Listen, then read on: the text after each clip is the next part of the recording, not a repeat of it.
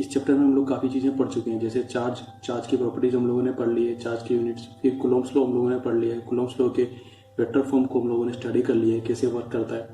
ठीक है, अब हम लोग उससे थोड़ा सा आगे आते हैं और इलेक्ट्रिक फील्ड की बात करते हैं। देखो, हम लोगों ने बात की थी कि कोई भी एक चार्ज दूसरे चार्ज पर इलेक्ट्रिक फोर्स लगाता है। ठीक है, तो फोर्स लगाने के लिए ऐसा तो है नहीं कि वो धक्का मुक्की करता है ना। उसका सीधा सा मतलब ये है कि अपने पास मान लो दो चार्ज है, एक ये चार्ज है Q1 और एक ये चार्ज Q2।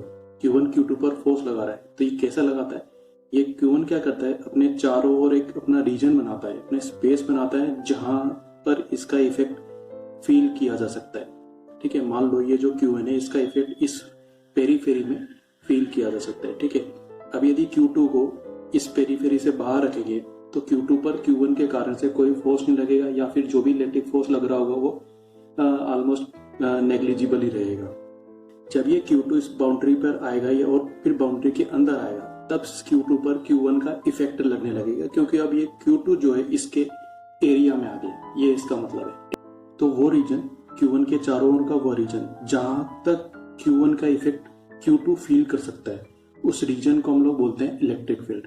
ठीक है, ये इसका सीधा सा मतलब है। अब देखो, हम लोगों ने ये भी स्टडी किया था कि जो इलेक्ट्रिक फोर्स का फॉर्मूला होता है वो होता है K Q1 Q2 divided by R square. ठीक है, और कूलम ने बोला था कि जैसे जैसे ये डिस्टेंस बढ़ेगी, मान लो हम लोग Q1 और Q2 के बीच में फोर्स स्टडी कर रहे हैं, तो Q1 से Q2 की तरफ ये जो डिस्टेंस है सपोज R, ये इंक्रीज होएगा तो F की वैल्यू कम होती चली जाएगी। ठीक है, इसलिए हो रहा है क्योंकि हम लोग जो है Q1 से दूर चले जा रहे हैं और Q1 का इफेक्ट दूर जाने पर कम होता चला जाएगा। ये इसका मतलब है। तो इलेक्ट्रिक फील्ड के रेफरेंस से हम लोग इसका मतलब कैसे निकालते हैं कि जब हम लोग Q1 से दूर जाएंगे, है ना, तो जो Q1 का इलेक्ट्रिक फील्ड है वो वीक होता चला जाएगा। ये बात समझ में आई?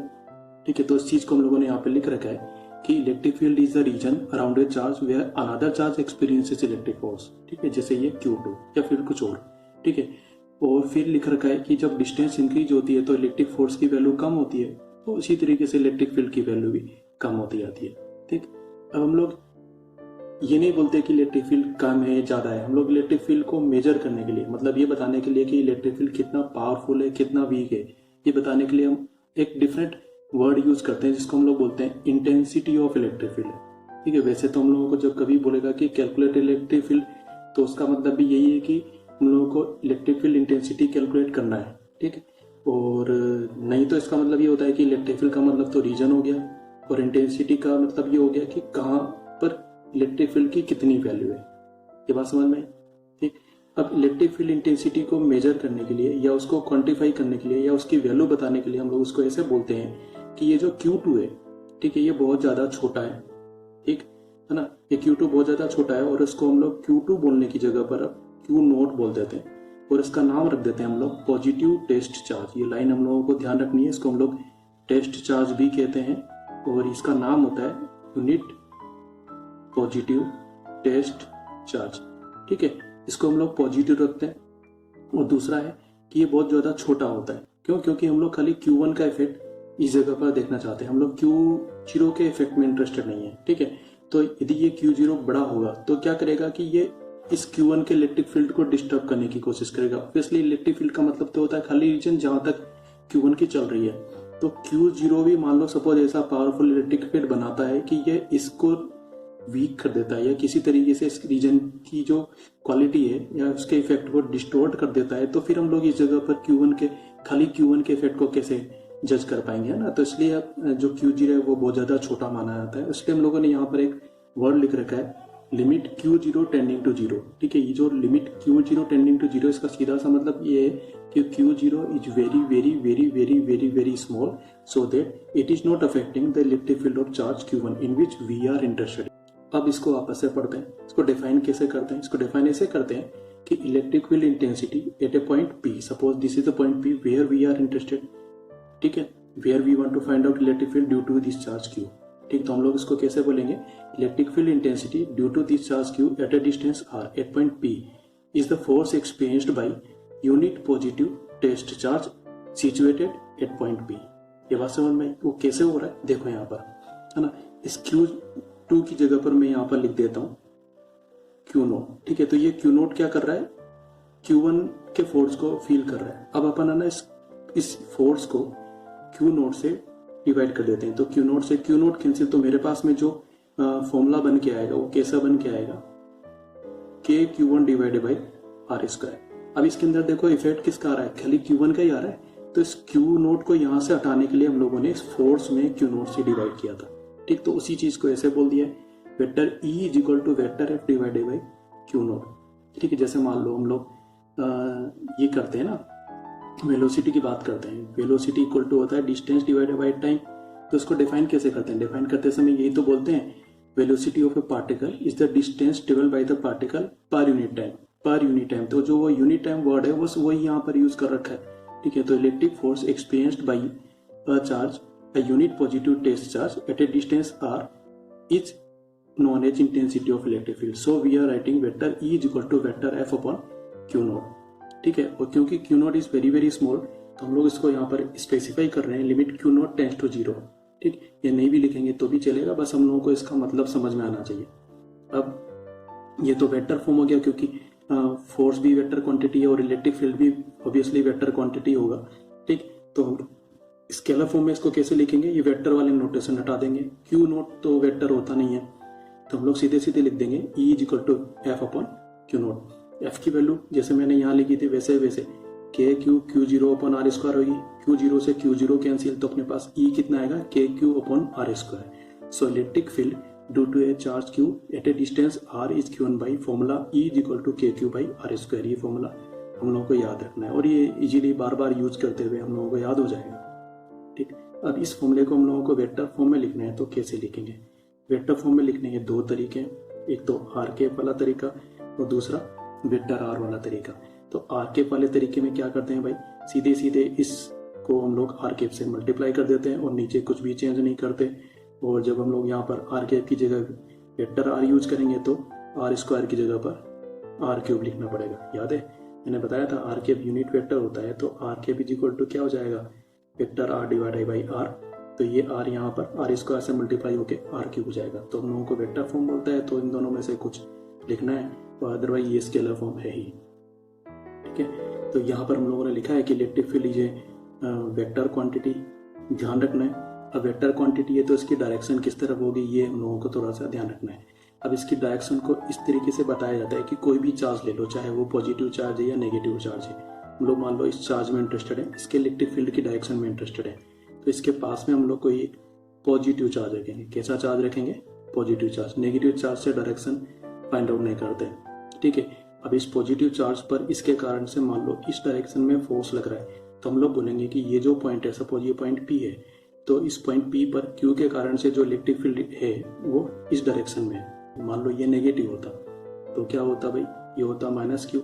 ये हमारा पॉइंट P है, यहाँ पर हम लोगों ने कोई पॉजिटिव चार्ज रख दिया होता, ठीक है। तो ये नेगेटिव चार्ज तो इस पॉजिटिव चार्ज को अपनी तरफ अट्रैक्ट कर रहा होता ना, अट्रैक्शन फोर्स तो ऐसे लगता।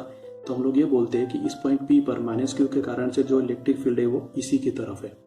तो इसको हम लोग इस तरीके से बोल देते हैं कि electric field in a region at a point is in the direction of the net force on a positive charge at that point, ठीक। तो इसको हम लोगों ने ऐसे लिखा है, its direction is in the direction of the force experienced by a positive charge at that point, ठीक। तो हम लोगों को हमेशा ध्यान रखना है कि पॉजिटिव चार्ज के हिसाब से डायरेक्शन बतानी। जैसे मैंने बताया था, मान लो ये +Q चार्ज है और इसके कारण से हम लोगों को इलेक्ट्रिक फील्ड की डायरेक्शन पता करनी है, तो इस जगह पर हम लोग कोई पॉजिटिव चार्ज रख देते हैं। तो ये इस पर प्लस होने के कारण से इस डायरेक्शन में रिपल्सन फोर्स लगाने वाला है, तो इस पॉइंट पर जो इलेक्ट्रिक फील्ड की डायरेक्शन होगी वो इधर होगी। मान लो इस वाली जगह पर हम लोग प्लस चार्ज रखते, पॉजिटिव चार्ज रखते, तो इस डायरेक्शन में रिपल्सन फोर्स लगता है, तो इस वाले पॉइंट पर इस प्लस कैपिटल Q के कारण से जो इलेक्ट्रिक फील्ड होता है वो इस डायरेक्शन में होता है। यहाँ पर हम लोग +Q पॉजिटिव चार्ज रख देते, तो इसके कारण से इस पर रिपल्सन फोर्स इस डायरेक्शन में लगता, तो इस वाले पॉइंट पर जो इलेक्ट्रिक फील्ड की डायरेक्शन होती है वो इस तरफ होती है, ठीक है। तो हम लोग हमेशा ये बोलते हैं कि पॉजिटिव चार्ज के कारण से जो इलेक्ट्रिक फील्ड होता है वो हमेशा उससे दूर की तरफ होता है, अवे फ्रॉम इट। इसलिए यहाँ पर लिख रखा है कि direction of electric field due to a positive charge is away from it. इसी तरीके से नेगेटिव चार्ज के कारण से इलेक्ट्रिक फील्ड के डायरेक्शन की बात करते हैं, तो मान लो हम लोगों ने यहाँ पर कोई पॉजिटिव चार्ज रखा होता, तो ये नेगेटिव चार्ज इस पॉजिटिव चार्ज को अपनी ओर अट्रैक्ट करता, तो इस वाले पॉइंट पर जो इलेक्ट्रिक फील्ड की डायरेक्शन होती है वो -Q यानी कि नेगेटिव चार्ज की तरफ ही होती। यहाँ पर यदि हम लोगों ने कोई पॉजिटिव चार्ज रखा होता तो ये नेगेटिव चार्ज इस पॉजिटिव को अट्रैक्ट करता, तो इस वाली जगह पर जो इलेक्ट्रिक फील्ड की डायरेक्शन होती है वो इसी की तरफ होती है। इसी तरीके से यदि यहाँ पर रखते हैं तो भी इलेक्ट्रिक फील्ड की डायरेक्शन इसी की तरफ होती है। तो उसको हम लोग ऐसे बोलते हैं कि direction of electric field due to a negative charge is always towards it. ठीक है, तो इसको हम लोगों ने यहाँ लिख रखा है, direction of electric field due to a negative charge is towards it.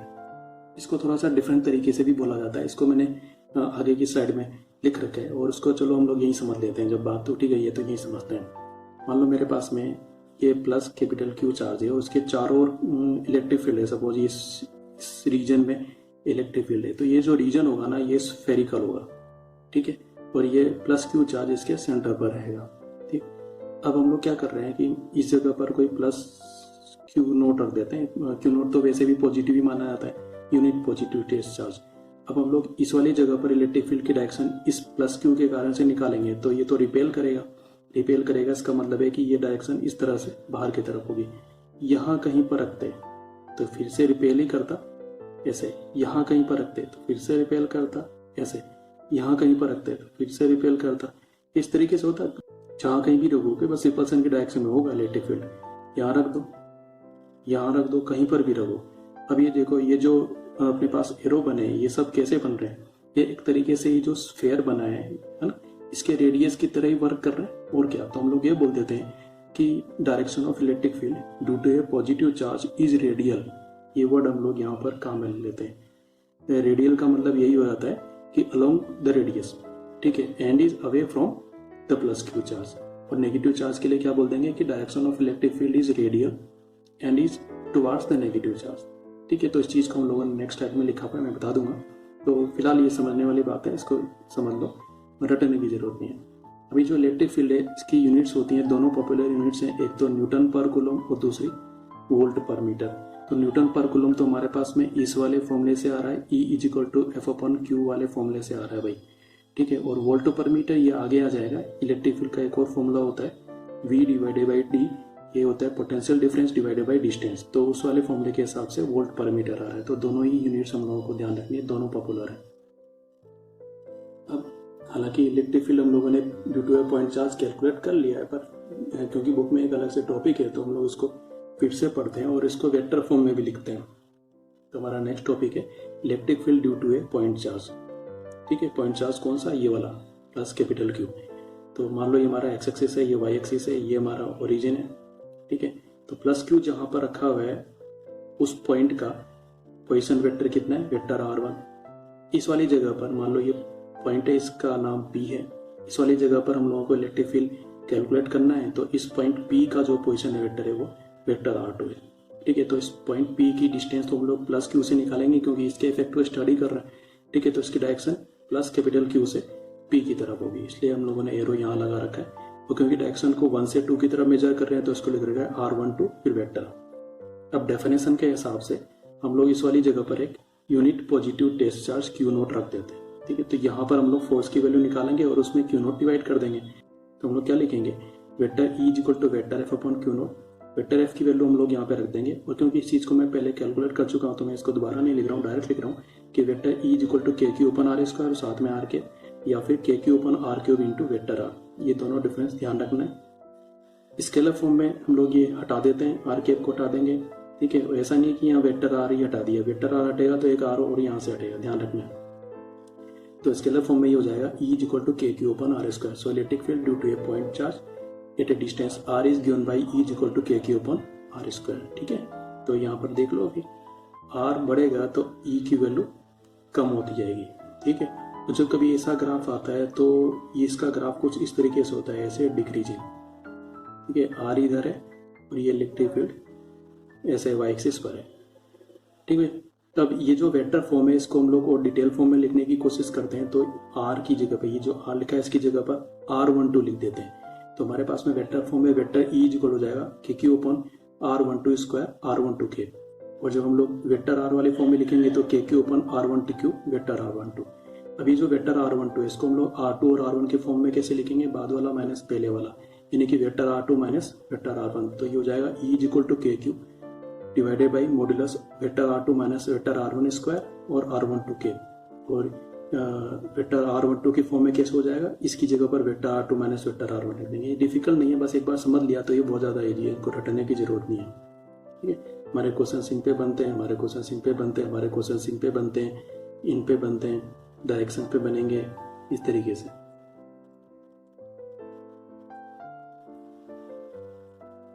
देखो मैं जो बता रहा था ना कि direction of electric field due to a positive और नेगेटिव चार्ज इज रेडियल, उस चीज को मैंने यहाँ पे पॉइंट आउट कर रखा है, इसको पढ़ लेना।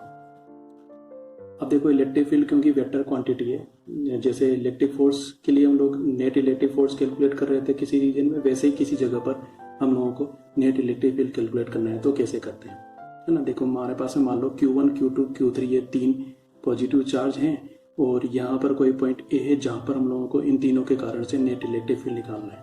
तो Q1 के कारण से इस डायरेक्शन में इलेक्ट्रिक फील्ड लगेगा, क्योंकि पॉजिटिव है तो इससे दूर की तरफ होगा, इसको हम लोग वेक्टर E1 बोल देते हैं।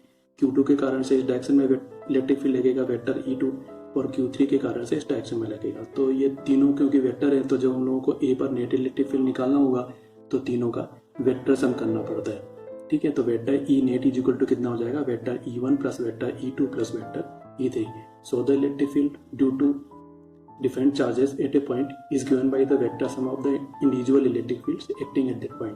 ठीक, ध्यान रखेंगे। अब थोड़ा आगे चलते हैं। तो वो इलेक्ट्रिक फील्ड का फॉर्मूला क्या था हमारे पास में, due to a point charge KQ divided by R square. K को हम लोग मीडियम के हिसाब से चेंज कर सकते हैं। मान लो हम लोग एयर में इलेक्ट्रिक फील्ड कैलकुलेट करते हैं, तो K को क्या लिख देंगे, 1/4πε0। तो E एयर कितना हो जाएगा, 1/4πε0 Q/R स्क्वायर। और इसी तरीके से किसी मीडियम की हम लोग मान लो बात करते हैं, तो उसको लिख देंगे E medium is equal to 1/4πε, epsilon की जगह पर एप्सिलॉन लिखना है, Q divided by R square. और एप्सिलॉन की वैल्यू कितनी होती है, epsilon R into epsilon naught, ये हम लोगों ने लिख दिया, ठीक है। अब हम लोग क्या कर रहे हैं कि यहाँ पे देखो ये जो क्वांटिटी है, ये जो क्वांटिटी है ये E एयर ही तो है, इसके अंदर एप्सिलॉन R डिवाइड हो रहा है, तो E medium is equal to कितना हो जाएगा, E air divided by epsilon R। ये बात समझ में। तो एक तो ये फॉर्मूला हम लोगों को समझना है, दूसरा इन दोनों का रेशो हम लोग निकालते हैं, या फिर यहीं से समझ लो कि एप्सिलॉन R उधर ले जाओ और E मीडियम को इधर ले आओ, तो epsilon R is equal to कितना हो जाएगा, ratio of E air divided by E medium. ये चीज हम लोगों को ध्यान रखनी है। तो पहला पॉइंट हम लोग यहाँ से समझते हैं कि एप्सिलॉन R की वैल्यू 1 से ज्यादा होती है, तो हम लोग किसी क्वांटिटी में 1 से बड़ी वैल्यू को डिवाइड करेंगे तो वो क्वांटिटी कम हो जाएगी। इसका मतलब है कि जो electric field in medium will be lesser than the electric field in air. तो हम लोगों ने इसको लिखा है कि इन the presence of medium electric field decreases. ये हमारे काम का है। इसका रीजन हम लोगों को पूछ रखा है, तो रीजन हम लोगों को सीधे सीधे बताना है कि एप्सिलॉन R की वैल्यू 1 से ज्यादा होती है, and this formula works so the electric field in the presence of medium decreases. दूसरा हम लोगों को ये पूछ रखा है कि write down the definition of epsilon R means dielectric constant in terms of electric field. तो हम लोग क्या बोलेंगे कि it is just the ratio of electric field due to a charge in air to the electric field in medium, ठीक है। और ये हमारा डेफिनेशन हो जाएगा, और इस फॉर्मूले को हम लोग मेंशन कर देंगे। अब कुछ इंपॉर्टेंट चीज है जिसको हम लोग यहाँ पर डिस्कस कर लेते हैं। देखो फोर्स की वैल्यू कैसे देते हैं, F equal to KQ1 Q2 by R square, और E की वैल्यू देते हैं KQ बाई R स्क्वायर से। इन दोनों के वेक्टर फॉर्मूले होते हैं, vector F equal to KQ1 Q2 by R square into R cap, और vector E equal to KQ by R square into R cap. ऐसे फॉर्मूले पूरी फिजिक्स में जिसमें चार्ज आ रहा हो और जिसके स्केलर और वेक्टर फॉर्म दोनों हो, तो उसके अंदर जो स्केलर फॉर्म होती है उसमें Q1 Q2 को हम लोग विद साइन नहीं रखते हैं, और जो वेक्टर फॉर्म होती है उसमें Q1 और Q2 को विद साइन रखा जाता है। इस डिफरेंस को बहुत अच्छी तरीके से हम लोगों को ध्यान रखना है। जब भी वेक्टर फॉर्म काम में लेंगे और चार्ज आ रहा है, तो Q1 Q2 मतलब जो भी चार्जेज है, इलेक्ट्रॉन्स हो प्रोटॉन्स हो जो भी है, उनको विद साइन रखा जाएगा। स्केलर फॉर्म में विद साइन नहीं रखते। डायरेक्शन को ऑटोमेटिकली हम लोग जैसा भी कंडीशन दे रखी है उस हिसाब से मान लेते हैं। अब देखो मान लो अपने पास कोई इलेक्ट्रिक फील्ड है और वहां पर हम लोगों ने कोई चार्ज क्यू रखा है, तो उस पर इस इलेक्ट्रिक फील्ड के कारण से कितना फोर्स लगेगा। ये सीधे सीधे यही फॉर्मूला था ना हमारा, अभी तो हम लोगों ने सीखा था vector E is equal to vector F upon Q। तो Q को उधर लेके चले जाओ, तो वेक्टर F इक्वल टू कितना हो जाएगा, Q इंटू वेक्टर E। इस वाले फॉर्मूले में हम लोग Q की वैल्यू भी साइन रखेंगे क्योंकि ये वेक्टर फॉर्म में, और इसमें नहीं रखेंगे। तो जैसे मान लो इलेक्ट्रॉन की बात हो रखी है, तो Q की जगह पर हम लोग E लिखेंगे, तो जब हम लोग Q की जगह पर E रख देंगे तो आगे माइनस लगाना चाहिए। ये इस चीज का मतलब है, ठीक। तो ये हमारे लिए न्यूमेरिकल्स में या डेरिवेशंस में आगे कहीं काम आएगा, समझ के रखना है, ठीक। अब देखो हम लोग को क्यू की वैल्यू भी साइन रखनी है। मान लो ये पॉजिटिव चार्ज है तब तो vector F equal two plus Q into vector E रहेगा, और यदि ये नेगेटिव चार्ज है जैसे ये इलेक्ट्रॉन है तो यहाँ पर माइनस आ जाता है ना। तो देखो क्या होता है, माइनस आ गया और वेक्टर लिखा हुआ है, इसका मतलब है कि ये दोनों अपोजिट है, यानी कि इलेक्ट्रॉन पर जो फोर्स और इलेक्ट्रिक फील्ड होंगे दोनों अपोजिट डायरेक्शन में लगेंगे, है ना। तो कहने का मतलब ये हो जाता है कि मान लो इलेक्ट्रिक फील्ड है वो सपोज इस डायरेक्शन में है, ठीक है, और यहाँ इस पॉइंट पर हम लोगों ने कोई इलेक्ट्रॉन रख दिया, तो इस इलेक्ट्रॉन पर इलेक्ट्रिक फील्ड के ऑपोजिट डायरेक्शन में फोर्स लगेगा, यानी कि फोर्स एफ और ई दोनों ऑपोजिट डायरेक्शन में रहेंगे। ये इस चीज का या इस लाइन का मतलब है। Direction of force on a positive charge in an electric field is in the direction of field, and direction of force on negative charge in an external electric field is opposite to the direction of the field. So because the electron is negatively charged, so direction of electric force on electron is in the opposite direction of electric field. And for the case of alpha particles, for the case of proton, मान लो यहाँ पर alpha particles रख देते हैं तो ये positive charge है, तो इस पर जो इलेक्ट्रिक फोर्स लगेगा वो इसी डायरेक्शन में लगेगा। प्रोटॉन होता तो भी इलेक्ट्रिक फोर्स इसी डायरेक्शन में लगता, ठीक है। तो ये चीज, ये कॉन्सेप्ट हम लोगों को समझ के रखना है कि पॉजिटिव पर इलेक्ट्रिक फील्ड की डायरेक्शन में फोर्स लगता है, नेगेटिव पर उसके ऑपोजिट डायरेक्शन में फोर्स लगता है।